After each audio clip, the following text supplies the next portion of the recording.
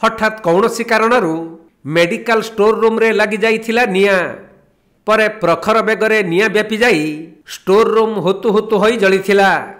तेणु एही अग्निकांड रे लक्षाधिक टंकार सामग्री जलिपुड़ी नष्ट होई जाइथिबा अनुमान करा जाउछि। एपरी भयावह अग्निकांड जगतसिंहपुर जिला कुजंग मेडिकल रो स्टोर रूम रे घटिछि। नियार भयावहता एते अधिक थिला जे निया लिभाइबा पई ता पाखकु केही जाई पारि नथिले।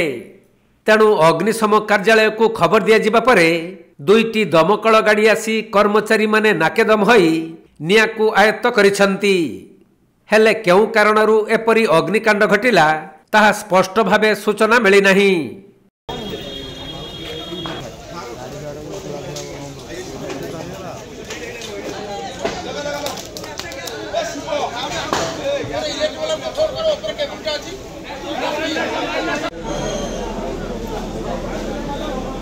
जगतसिंहपुर जिल्लारू वैष्णव रावळଙ୍କ रिपोर्ट कोणार्क लाइव।